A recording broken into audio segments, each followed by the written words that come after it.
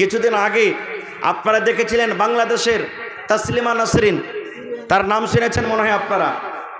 সে বলেছিল যে যদি একটা পুরুষ 4টা স্ত্রীকে বাড়িতে স্ত্রী করে নিয়ে থাকতে পারে, তাহলে একটা বেটি ছেলে একটা নারী কেন 4টা পুরুষকে বিয়ে করতে পারবে না?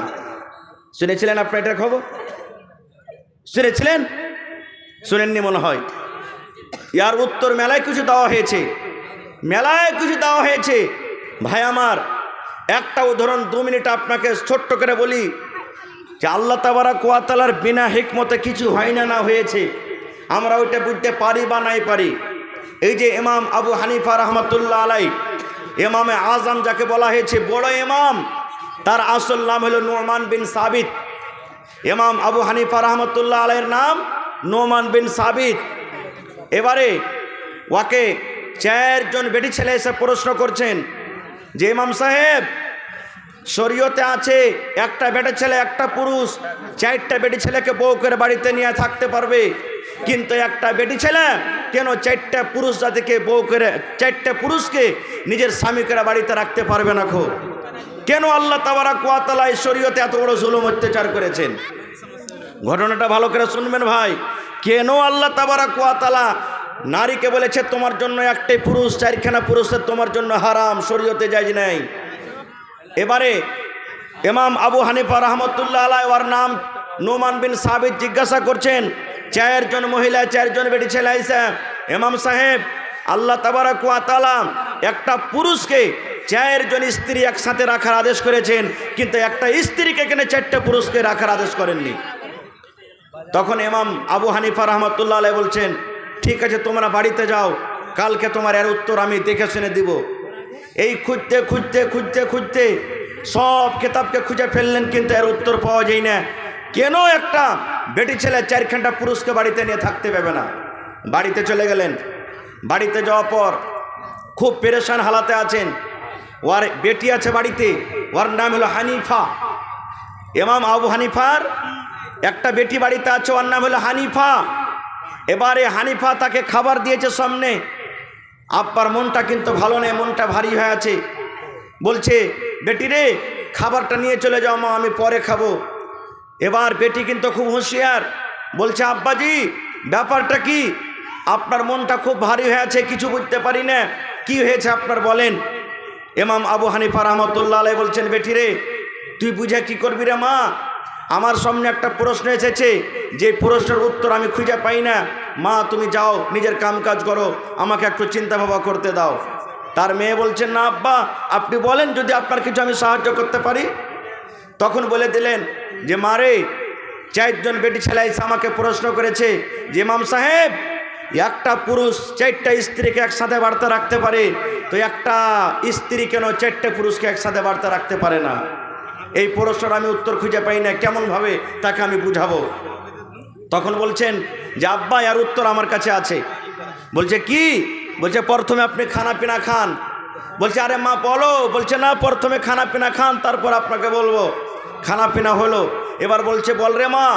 বলছে আব্বা, ওরা যখন কালকে আসবে তখন ওরাকে বলিও, 4 জনকে বলবে যে তোমরা দুধ নিয়ে আসিও বাড়ি থেকে।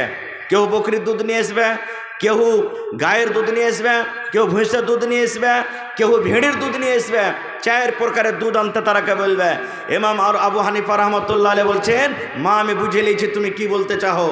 ঠিক পরের দিন 4 জন এসেছে। ইমাম সাহেব উত্তর খুঁজে পেয়েছে না? তো হ্যাঁ পেয়েছি। বলছে কি বলেন এখন?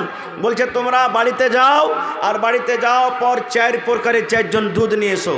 কেউ ভেড়ির দুধ নিয়ে এসো, কেউ গায়ের দুধ নিয়ে এসো, কেউ বকরির দুধ নিয়ে এসো।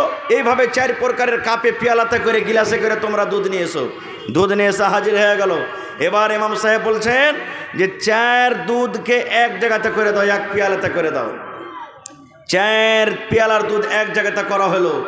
এবার যখন 4 দুধ এক জায়গাতে করা হলো, এবারে ইমাম আবু হানিফা রহমতুল্লাহ আলাইহি তখন বলছেন যে তোমরা যে বাটিতে করে দুধ নিয়ে এসেছিলে, কেউ গাভীর দুধ নিয়ে এসেছো, কেউ ভেড়ির দুধ এনেছো, কেউ বকরির দুধ এনেছো, আলাদা আলাদা তোমরা দুধ এনেছো। এখন তোমরা নিজের নিজের বর্তনে এই দুধটাকে আলাদা আলাদা করে বাড়িতে নিয়ে চলে যাও। বলেন তো পারবে? পারবে আলাদা করতে? পারবে না।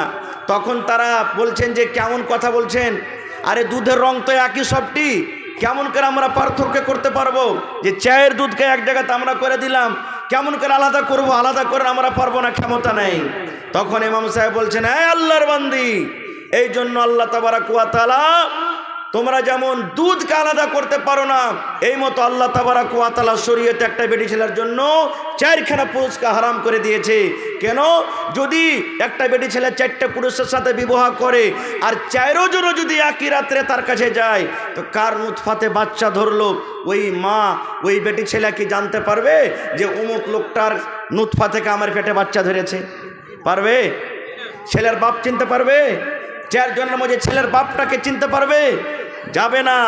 এই জন্য আল্লাহ তাবারাক ওয়া তাআলা একটা বেটি ছেলের জন্য একটাই পুরুষ রেখেছেন, চারখানা পুরুষ তার জন্য শরীয়তে হারাম আছে।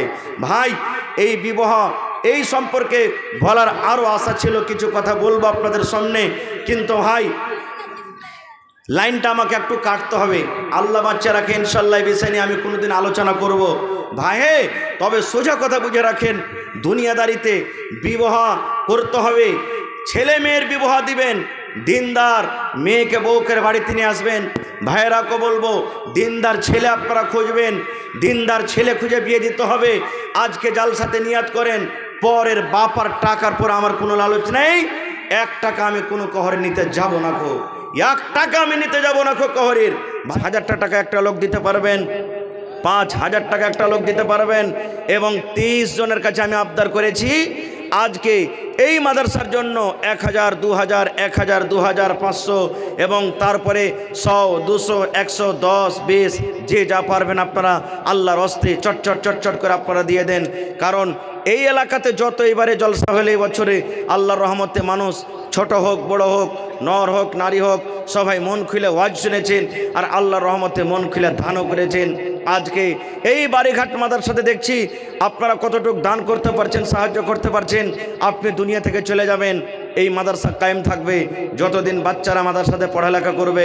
এই নেকিটা আপনার কবরে আল্লাহ রাব্বুল আলামিন অনলাইন পৌঁছাতে থাকবেন, যেতে থাকবে। মায়েরা খালারা, আজকে আপনাদের পিন্ডালে চাদর নিয়ে গেছে মনে হয়, চাদর ভর্তি করে করে দান দেন, কারণ মা খালারা খুব মন দিয়ে বেশি বেশি করে দান করে। আংটি, গলার হার, পার পায়াল, নাকের কানের, তারপরে দেখি মেলা জায়গাতে মায়েরা খালারা জালসাতে ছাগল দান করেছে। আজকে আমার এই বাড়িঘাট এলাকাতে কোনো মা খালা দাদি এমন আছেন যে একটা ছাগল গালা দান করতে পারবেন? 500 টাকা বাপ মার নামে দিলে একজন। আচ্ছা, একজন 500 টাকা দিলেন, মাশাআল্লাহ, মা বাবার জন্য। ভাই 30 জন আমি চেয়েছি 1000, 2000 করে, তাহলে যে ভাই মা বাবার জন্য 500 দিলেন, ওই ভাইয়ের কাছে একটু আবদার যে আর 500 টাকা দিতে পারবেন না? কে দিলেন প্রথম দান? বিসমিল্লাহ। কে করেছেন? ওই নানাকে আমি বলবো, ওই দাদুকে আমি বলবো, মা বাপ কবরে চলে গেছেন তার জন্য 500 দিয়েছেন। 30টা কলম আমি চেয়েছি,